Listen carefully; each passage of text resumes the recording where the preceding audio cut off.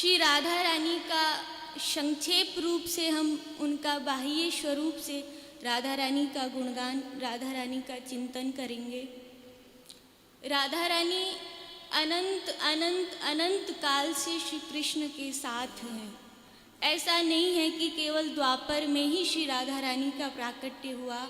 जैसे श्री कृष्ण अनंत काल से हैं, ऐसे ही श्री राधा रानी भी अनंत काल से हैं। रसिकों ने भाव और तत्व दो रूप में श्री राधा रानी की महिमा को प्रकट किया है। तत्व के रूप में श्री राधा रानी का चिंतन करें तो राधा तत्व कृष्ण से भी परात्पर परम निगूढ़ तत्व है, जहाँ पर वेदों की भी गति नहीं है। वेद भी श्री राधा रानी तक नहीं पहुँच पाए। और कुछ लोग कहते भी हैं कि वेदों में श्री राधा नाम नहीं आया है। तो इसका भाव यही है कि जब वेद श्री कृष्ण का पार नहीं पा सके, वेद नेति नेति कहकर शांत हो जाते हैं, तो वेद कृष्ण की भी हृदयेश्वरी, कृष्ण की भी स्वामिनी श्री राधा रानी का पार कैसे पा सकते हैं।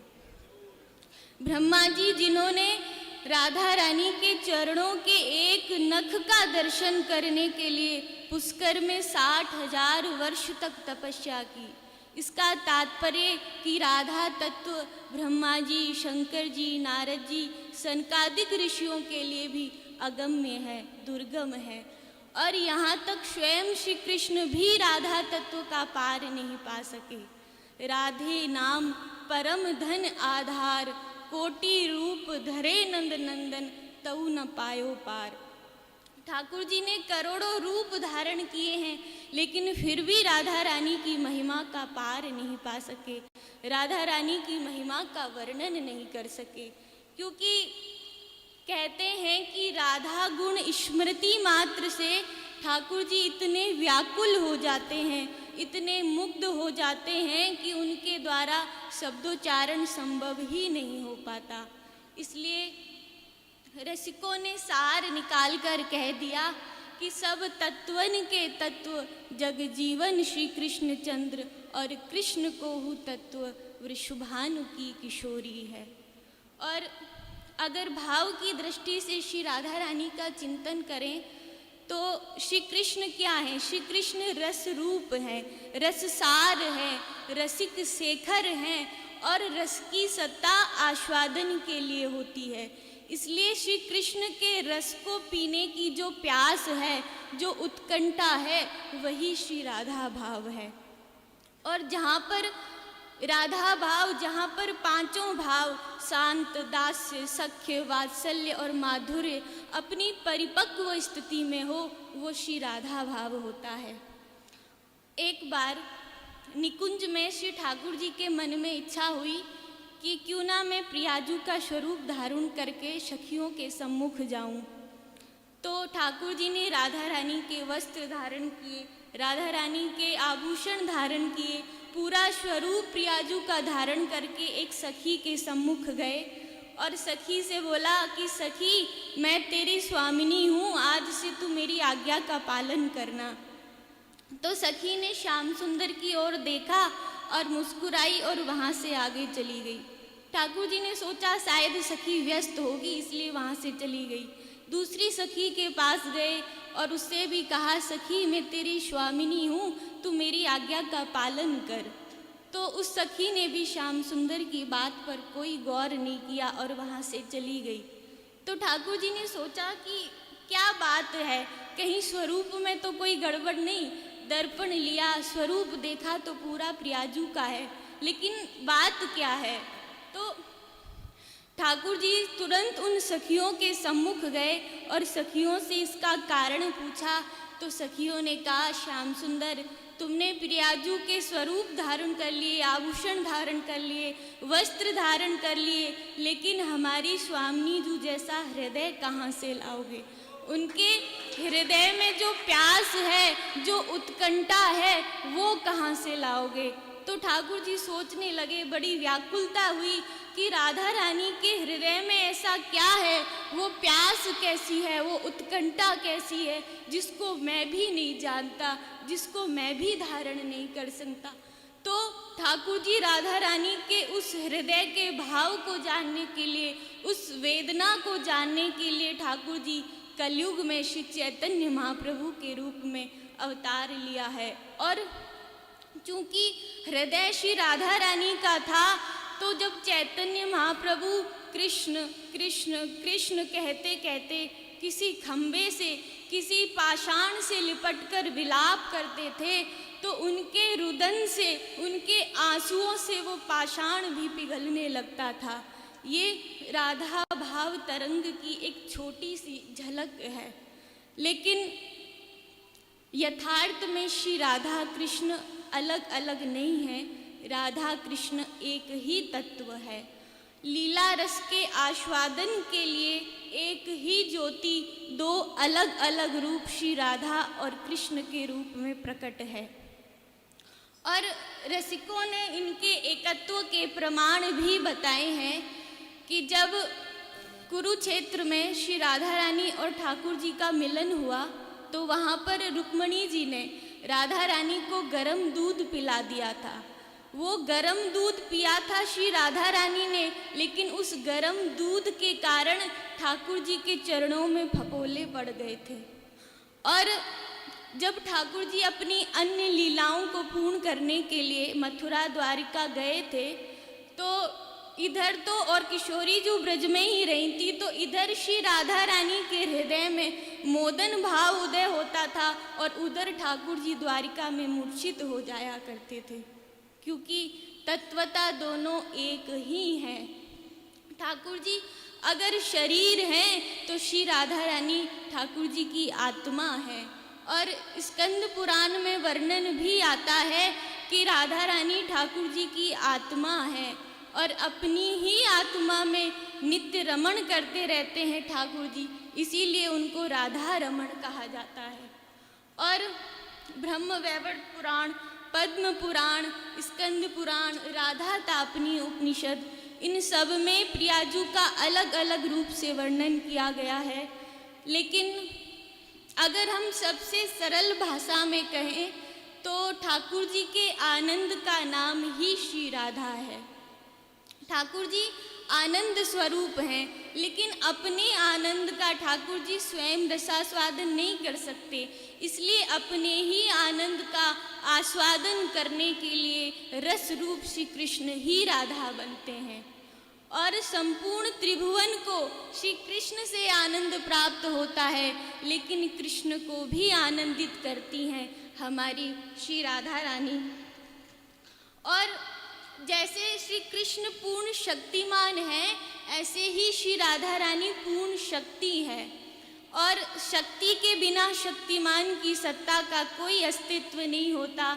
इसीलिए ठाकुर जी की कोई भी लीला, चाहे वो ऐश्वर्य लीला हो, चाहे वो माधुर्य लीला हो, उनकी आह्लादनी शक्ति, उनकी अंतरंगा शक्ति श्री राधा रानी के बिना पूर्ण नहीं होती। इसलिए रसिक जन कहते हैं कि श्री राधा रानी का जन्म ही ठाकुर जी की लीलाओं को पूर्ण करने के लिए हुआ है। मोहन हित प्रगटी श्री श्यामा, श्री रूपलाल जी कहते हैं कि ठाकुर जी के हित के लिए श्री राधा रानी प्रकट हुई हैं, ठाकुर जी के प्रेम को पूर्ण करने के लिए श्री राधा रानी प्रकट हुई है। क्योंकि राधा रानी प्रेम की अधिष्ठात्री देवी है। प्रेम के जो 8 स्तर बताए गए हैं, प्रेम, स्नेह, मान, प्रणय, राग, अनुराग, भाव और महाभाव, इनमें से जो प्रेम का सर्वोच्च स्तर है महाभाव, वही महाभाव श्री राधा रानी का स्वरूप है। और इसी महाभाव प्रेम के कारण ठाकुर जी नित्य श्री राधा रानी के अधीन रहते हैं। ठाकुर जी भले ही मायाधीश हो, भले ही अखिल कोटि ब्रह्मांड नायक हो, लेकिन हमारी श्री किशोरी जी के नित्य अधीन रहते हैं।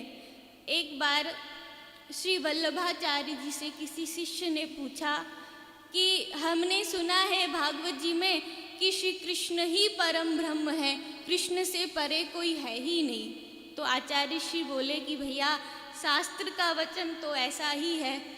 तो शिष्य बोला कि शास्त्र का वचन है, ठीक है, लेकिन आप तो नित्य कृष्ण के दर्शन करते हो, तो जो आप अपनी आँखों से देखते हो वो कैसा है? तो आचार्य श्री बोले कि भैया हम तो सदा कृष्ण को किशोरी जू के अधीन देखे हैं।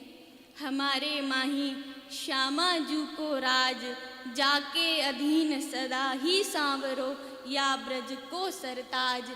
हमारे माही श्यामा जू को राज। और ठाकुर जी श्री राधा रानी के चरणों की रज को अपने मुकुट पर धारण करके अपने आप को धन्य समझते हैं। इसलिए रसिक जन कहते हैं कि राधा रानी के चरणों का एक पराग कण ठाकुर जी के वशीकरण की महामंत्र औषधि है। और यहाँ तक श्री राधा रानी की जो किंकरियाँ हैं, जो दासियाँ हैं, ठाकुर जी उनके आगे भी हाथ जोड़े खड़े रहते हैं। श्री राधा रस सुधा निधि जी में वर्णन आता है कि कुंज में प्रवेश करने के लिए ठाकुर जी राधा किंकरियों के आगे सत सत चाटू वचनों से प्रार्थना कर रहे हैं। और इन किंकरियों का इतना प्रभाव है कि ठाकुर जी अगर कुंज में कोई गड़बड़ कर देते हैं तो ये किंकरियाँ श्याम सुंदर का हाथ पकड़कर कुंज से बाहर निकाल देती हैं। और इन किंकरियों की श्री राधा रानी के प्रति इतनी प्रगाढ़ निष्ठा होती है कि अगर ठाकुर जी स्वयं अपना उच्चिष्ट तांबुल भी देते हैं तो किंकरियाँ स्वीकार कर देती हैं, मना कर देती हैं और कहती हैं कि जब तक हमारी श्री प्रियाजू की प्रसादी नहीं हो जाएगी तब तक हम ग्रहण नहीं करेंगे। और जो श्री राधा कृपा प्राप्य जो प्रेमी भक्त होते हैं ना, उनका भी श्री राधा रानी के लिए इतना प्रगाढ़ प्रेम होता है कि वो ठाकुर जी से भी इसलिए प्रेम करते हैं कि ये हमारी स्वामिनी जी के प्रेमास्पद हैं। और श्री राधा रानी के बिना अकेले कृष्ण के भी दर्शन नहीं करना चाहते। श्री रघुनाथ दास गोस्वामी जी, जिन्होंने अपना पूरा जीवन राधा कुंड के किनारे विलाप करते हुए बिता दिया, और उनके विलाप का भाव था कि आखिर कब राधा रानी मुझे दर्शन देंगी। लेकिन उन्होंने अपने स्वनियम दशकम में लिखा है कि अगर ठाकुर जी मुझसे स्वयं कहें कि तुम मेरे दर्शनों के लिए द्वारिका चले आओ और वहाँ पर राधा रानी नहीं है, तो मैं स्वयं कृष्ण के दर्शन करने के लिए भी नहीं जाऊँगा। लेकिन अगर वो कहेंगे कि वहाँ पर राधा रानी मौजूद हैं, तो मैं दांतों तले तृण रखकर दौड़ता हुआ चला जाऊँगा। हम राधे जू के बल अभिमानी, टेढ़े रहत मोहन रसिया सो, बोलत अटपटी बानी। हम राधे जू के बल अभिमानी। तो जब राधा कैंकर्य का इतना प्रभाव है तो श्री राधा रानी की महिमा का तो कोई पार ही नहीं पा सकता। रास के समय की बात है, रास हो रहा है और ठाकुर जी की बंसी बज रही है, लेकिन अचानक थोड़ी देर बाद उस बंसी का स्वर इधर उधर होने लगा। ठाकुर जी ने देखा और प्रयास भी किया, लेकिन बंसी का स्वर समृद्ध नहीं हुआ। ठाकुर जी इस भाव का कारण खोजते खोजते देखते हैं कि श्री राधा रानी के एक चरण का नुपुर नहीं है। ठाकुर जी उस नुपुर को उठाकर प्रियाजू के चरणों में पहना देते हैं। और अब ठाकुर जी ने जब बंसी बजाई है तो बंसी का स्वर पहले की तरह ही समृद्ध हो गया। जो पूरे भुवन को भी पागल करने वाली बंसी के स्वर को भी प्रियाजू की नुपुर ध्वनि समृद्ध करती है। ऐसी हमारी प्रियाजू की महिमा है। और श्री राधा रानी के जो ये आभूषण हैं, इन सब के अलग अलग नाम हैं। राधा रानी के नूपुर का नाम है रत्न गोपर, राधा रानी के हार का नाम है हरि मनोहर, राधा रानी कान में जो आभूषण धारण करती हैं उसका नाम रोचन, राधा रानी जो नाक में बुलाक धारण करती हैं उसका नाम प्रभाकरी, प्रियाजू जो अंगूठी धारण करती हैं उसका नाम विपक्ष मदमर्दनी।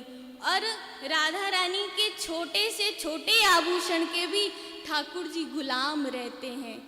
ऐसी हमारी श्री राधा रानी का वैभव है, श्री राधा रानी की महिमा है। लेकिन उसके बाद भी श्री किशोरी जो इतनी सहज हैं, इतनी कोमल हैं, इतनी करुणामयी हैं कि कोई एक बार हृदय से श्री राधा रानी के शरण में आ जाए तो वो ये नहीं देखती कि ये कितना अधम है, इसने कितने पाप किए हैं, इसने मेरी कितनी भक्ति की है। बस वो तो इस भाव से कि ये मेरी शरण में है, उसको उठाकर अपनी गोद में रख लेती हैं।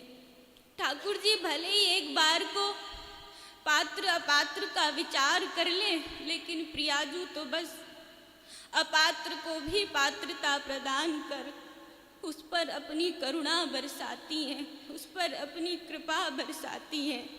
और राधा रानी कृपा करती नहीं है, राधा रानी कृपा बरसाती हैं, इसीलिए उनका नाम बरसाने वाली है। और जब किसी दीन की पुकार श्री प्रियाजू के कानों में पड़ती है तो ठाकुर जी को छोड़कर वहीं पर श्री अपने भक्त की रक्षा करने के लिए प्रियाजू दौड़ पड़ती हैं।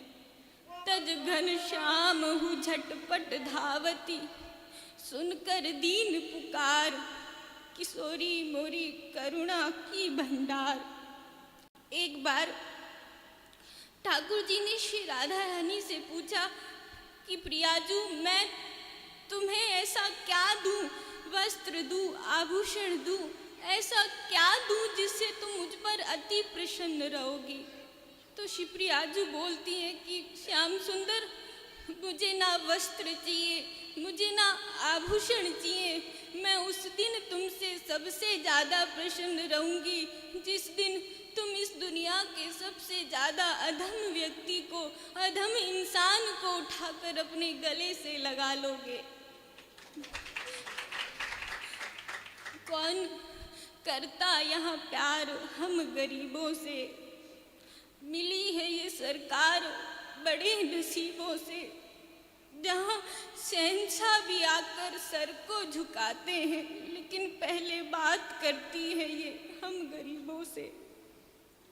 भक्त राधा रानी से नहीं मांगता कि प्रियाजू हमें दुनिया का वैभव चाहिए, दुनिया का सुख चाहिए, वो तो बस यही मांगता है राधा रानी आपके चरणों का एक छोटा सा कोना मिल जाए, वही मेरी पूरी दुनिया है। प्रियाजू की परम भक्त भोरी सखी जिनका नाम भोलानाथ था, वकालत की नौकरी छोड़कर वृंदावन में आकर रहने लगे और सेवा कुंज में जो यात्रीगण चने बंदरों को डाल दिया करते थे और बंदर चने खाकर उनकी ठुड्डी, उनके छिलके फेंक दिया करते थे, भोरी सखी उन्हीं चनों की ठुड्डी को खाकर आनंद से रहा करती। लेकिन श्री किशोरी जी को ये कब तक मंजूर था कि उनका कोई भक्त चने के छिलके खाकर रहे। उन्होंने राधा वल्लभ के गोसाई को स्वप्न दिया कि भोरी सखी सेवा कुंज में चने के छिलके खाकर रह रही है, तुम उसको मेरी भोजन प्रसादी नित्य भिजवा दिया करो। अब भोरी सखी के लिए नित्य प्रति भोजन आने लगा, लेकिन भोरी सखी इससे कहाँ संतुष्ट रह सकती थी और ज़्यादा व्याकुल हो गई और प्रियाजू को उल्हाने देने लगी। हे राधा रानी, मैं सब कुछ छोड़कर आपके द्वार पर आया था, लेकिन आपने भी मेरी सुध नहीं ली। आपने कभी नहीं जाना कि मैं क्या चाहती हूँ। हे राधा रानी, कम से कम एक बार पूछ तो लेती कि मैं क्या चाहती हूँ। लेकिन प्रियाजू का कोई उत्तर न पाकर भोरी सखी खुद ही अपनी अभिलाषा रख रही है। हे भोरी सखी, कबहू बढ़े विरह दिन दूनो। हे राधा रानी, आपका प्रेम, आपका विरह दिन प्रतिदिन बढ़ता रहे और मुझे कुछ नहीं चाहिए। बिनु भरी नयन माधुरी देखे, ये सब जग लागे सुनो। कहत सुनत तेरो नाम किशोरी, उमा की नयन भरी आवे, मूंदे नयन पुलक तनि पुनि पुनि, ले ले नाम कराहे। हे राधा रानी, आपसे मिलना नहीं चाहती, क्योंकि आपके विरह में, आपकी याद में जो आनंद रोने में है, वो आपसे मिलने में भी नहीं है। हे किशोरी जू, मैं आपके द्वार पर राधा राधा राधा नाम लेकर रोती रहूं, कराती रहूं, बस यही मेरी अभिलाषा है।